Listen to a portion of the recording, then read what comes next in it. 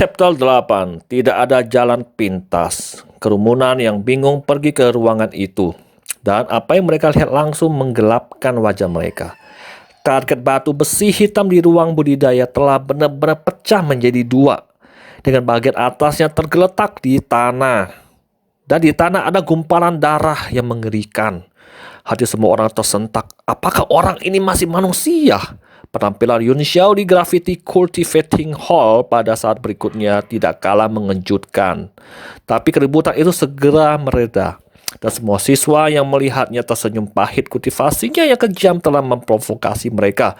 Seolah-olah seseorang telah menembak masing-masing dari mereka di lengan. Menyebabkan mereka segera menggandakan program kultivasi aslinya. Yun Xiao akhirnya menyadari bahwa penampilannya saat itu telah menarik terlalu banyak perhatian yang tidak diinginkan. Jadi dia segera mengambil satu set pakaian bersih dari cincin penyimpanannya dan mengenakannya, lalu berjalan cepat kembali ke asramanya. Efek dari teknik tempering tubuh tiran memang luar biasa, tapi rasa sakit yang ditimbulkannya tak tertahankan bagi individu rata-rata. Yun Xiao hampir setiap inci kulit dan ototnya terkoyak. Dan setiap pori merembes dengan darah. Pada saat dia mencapai akhir kultivasi, dia hampir pingsan karena kesakitan dan hanya bertahan dengan instingnya. Setiap ahli yang telah menjadi penguasa bela diri melalui kultivasi tidak biasa, mereka semua telah mengalami kesulitan 100 kali lebih banyak daripada rata-rata orang sebelum mereka mencapai hasil yang 100 kali lebih besar. Tidak pernah ada jalan pintas menuju jalan yang kuat. Yun Xiao mandi segera setelah dia kembali ke asramanya. Kulitnya yang bekas luka dan menakutkan untuk dilihat ternyata sehalus batu giok tanpa bekas luka. Dan di antara gerakannya, dia jelas merasakan kekuatan yang telah lama hilang. Meskipun masih sangat lemah, dia sangat puas dengan itu. Ini benar-benar teknik penempaan tubuh nomor 1 di bawah langit. Karena itu telah memberi aku tubuh yang lebih kuat daripada yang dibersihkan dengan obat roh kelas 9. Sekarang dengan fisik seorang prajurit magang, aku bisa mulai bereksperimen dengan beberapa ramuan sederhana. Selama aku dapat menghasilkan beberapa pil obat tingkat rendah, kecepatan kultivasi aku dapat lebih dipercepat. Kekuatan seorang alkemis bergantung pada kekuatan jiwa. Tetapi banyak penyempurnaan dasar membutuhkan beberapa kekuatan fisik sebelum dapat dilakukan. Dia sedang berpikir untuk membeli beberapa ramuan dan alat pemurnian ketika dia tiba-tiba merasakan hawa dingin di belakang kepalanya. Seseorang menunjuknya. Dia mendengus dingin dan meraih tangan di belakang punggungnya tanpa banyak meraih ke arah serangan yang datang. Pah! Sebuah ledakan kekuatan menghantam telapak tangannya saat dia menutup jarinya dengan erat dan melakukan backflip. Tangan kanannya berputar 360 derajat bersama dengan tubuhnya. Kak. Udara berdering dengan suara retak tulang disertai dengan teriakan keras. Tuan Muda Yun, ini aku. Lenganku. Baru saat itulah Yun Xiao melihat siapa orang itu dan tercengang. Han Gemuk. Han Bai disebut Han Gemuk ya guys. Han Bai meringis kesakitan saat dia melihat lengannya yang begitu terpelintir sehingga tampak seperti adonan kepang. Dan berkata dengan sedih, Tuan Muda Yun, lenganku lumpuh. Melayani kamu dengan benar. Siapa yang memintamu untuk menyelinap ke arahku? Yun Xiao berkata dengan kesal. Anggap dirimu beruntung karena aku baru saja mematahkan tulangmu menjadi 7 bagian. Pergi ke rumah sakit nanti dan ambil beberapa akar milk fats dan tepung. Campurkan keduanya dan oleskan campuran tersebut pada lengan kamu. Kamu akan baik-baik saja dalam beberapa hari. Aku melihatmu agak aneh terakhir kali, jadi aku ingin mengujimu. Saat itulah Han Bai berkata tidak percaya. Tuan Muda Yun, kekuatanmu, mungkinkah itu? Yun Xiao menggelengkan kepalanya dan berkata, aku belum membuka cakraku. Apa yang kamu inginkan dariku? Mata Han Bai melebar saat dia berkata dengan kecewa. Kamu menjadi lebih kuat. Kamu menjadi begitu kuat. Namun kamu belum membuka cakramu. Di mana kamu bersembunyi hari ini? Guru Luo mencarimu kemana-mana. Apa yang diinginkan Gadis kecil ini dariku, apakah dia akan mengirimku ke ruang gravitasi? Yun Xiao berkata dengan acuh tak acuh. Han Bai berkeringat dingin. Gadis kecil, Tuan Muda Yun, kamu tidak kehilangan akal kan? Jika kamu ingin mati, katakan saja satu hal lagi. Kamu mungkin dalam masalah besar. Lan Fei juga pergi akhir-akhir ini dan aku mendengar bahwa dia berkultivasi dalam pengasingan untuk masuk ke alam asal. Kamu telah melumpuhkan Du Feng dan Luo Ji. Jadi dia akan mencarimu terlebih dahulu ketika dia keluar. Yun Xiao melirik Han Bai dan yang tampaknya khawatir dan tersenyum. Tenang saja, itu hanya alam asal. Ini hanya alam asal. Han Bai berkata dengan marah dan frustasi. Apakah kamu tahu apa arti alam asal? Itu berarti seseorang telah memadamkan ki primordialnya dan menjadi pejuang sejati. Ada perbedaan besar antara prajurit dan kita, prajurit magang. Chen Sen, Putri Rusu, dan aku telah mengkhawatirkan kamu selama berhari-hari. Tetapi lihatlah kamu, ini hanya alam asal. Ya, hei, Yun Xiao tersenyum tipis. Jadi bagaimana jika Lan Fei menjadi pejuang sejati? Dia bahkan tidak cocok untuk menjilat sepatunya.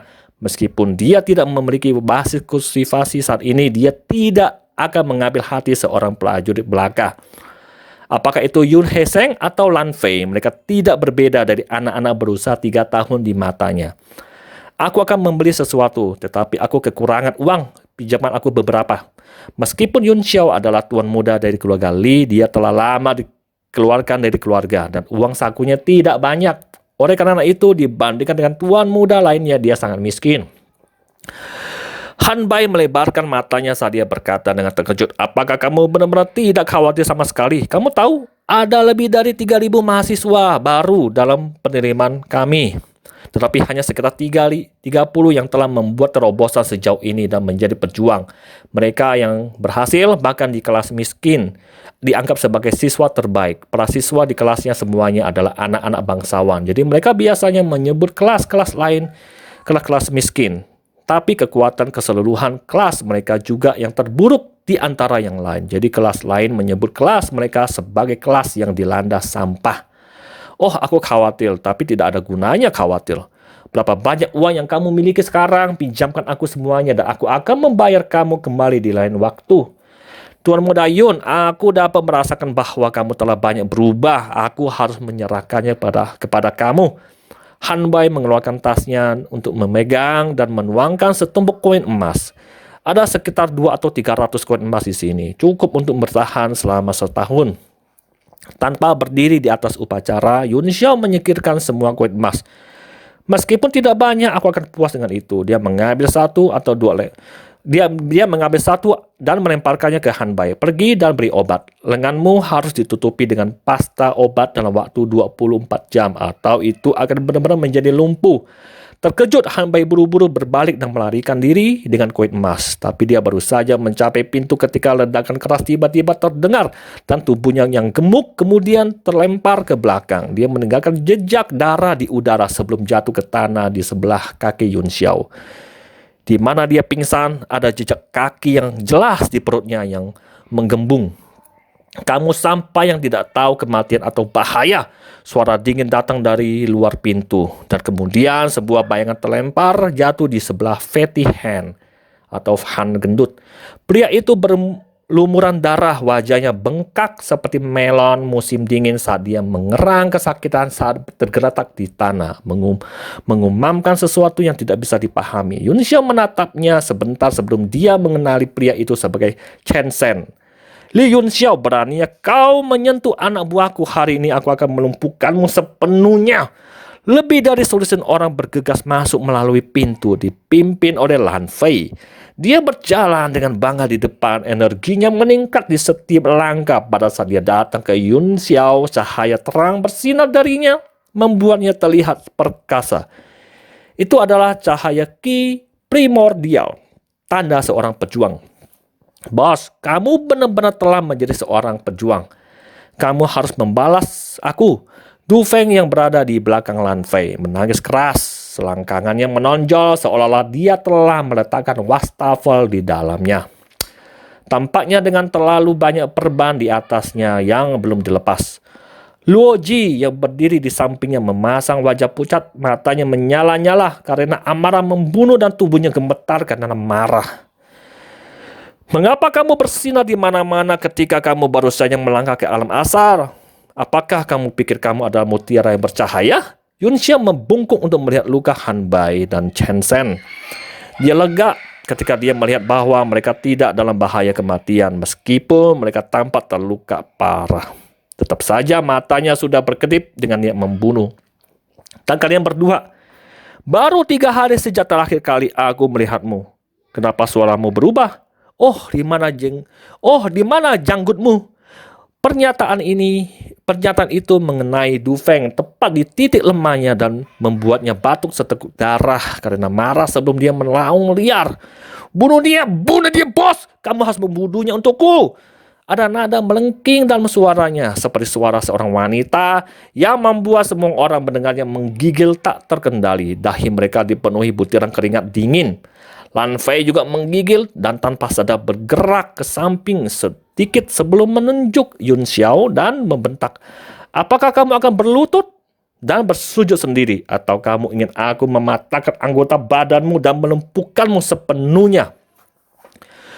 Yun Xiao adalah pecundang yang bisa dia ganggu sesuka hati, tetapi ada banyak hal yang perlu dipertimbangkan jika dia ingin membunuh yang lain. Lagi pula, membunuhnya sama dengan menampar wajah keluarga Li yang akan benar-benar mengobrak-abrik perdamaian yang dangkal antara kedua keluarga. Konsekuensi dari tindakan seperti itu tidak dapat diprediksi. Jadi Lan Fei datang dengan pikiran untuk melumpuhkan dan mempermalukan Yun Xiao atas apa yang telah dia lakukan pada Du Feng. Kamu ingin melumpuhkan aku? Mata Yun Xiao menjadi dingin dan ledakan energi tiba-tiba menyebar darinya meskipun tidak memiliki tekanan seperti primordial ki, tampaknya ada aura yang tak terkatakan kental di udara yang membuat kelompok orang termasuk Lan Fei merasa mual di seluruh saat keringat keluar dari telapak tangan mereka. Sudah lama sekali sejak aku mendengar pernyataan arogan seperti itu. Ada apa? Mengapa aku memiliki perasaan menggigit ini? Lan Fei benar-benar terkejut dan rasa takut mulai menyebal melalui dirinya. Dia mengumpulkan keberaniannya dengan raungan marah dan pedang besi hitam muncul di tangannya pada saat berikutnya. Tanpa mengucapkannya sepatah kata pun dia membawa pedang itu ke arah Yun Xiao. Rasa takutnya begitu tidak bisa dijelaskan sehingga membuatnya gelisah. Dia khawatir jika dia tidak bertindak tegas, dia tidak akan memiliki keberanian untuk menyerang lagi. Perasaan itu seperti berdiri di atas perahu kecil menghadapi badai ombak yang bisa menyapu dunia. Bagaimana aku bisa memiliki perasaan seperti itu? Ini tidak masuk akal. Dia segera menjernihkan pikirannya dari semua gangguan dan mengerahkan seluruh kekuatannya ke dalam pelukannya. Menentukan tidak ambigu, tidak buruk sama sekali. Yun Xiao mengaku setuju. Kemudian pedang besi hitam juga muncul di tangannya dan dia dengan ringan meletakkannya di samping dadanya. Itu adalah langkah biasa, tapi itu menahan serangan Lan Fei. Kamu berani menggodaku, kamu mencari kematian. Setelah mendengar komentar Yun Xiao, Lan Fei menjadi marah dan wajahnya memerah. Karena marah, pada saat yang sama dia menambahkan lebih banyak kekuatan ke tangannya. Dan bahkan jejak ki primordialnya yang dia gunakan untuk melindungi meridiannya dituangkan langsung ke pedang besi. Dentang!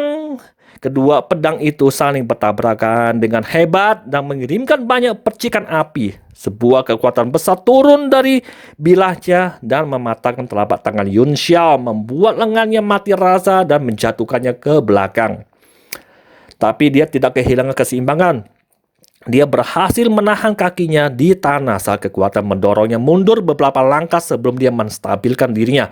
Sementara itu ada luka dalam di pedang besi hitamnya. Sekian dulu guys.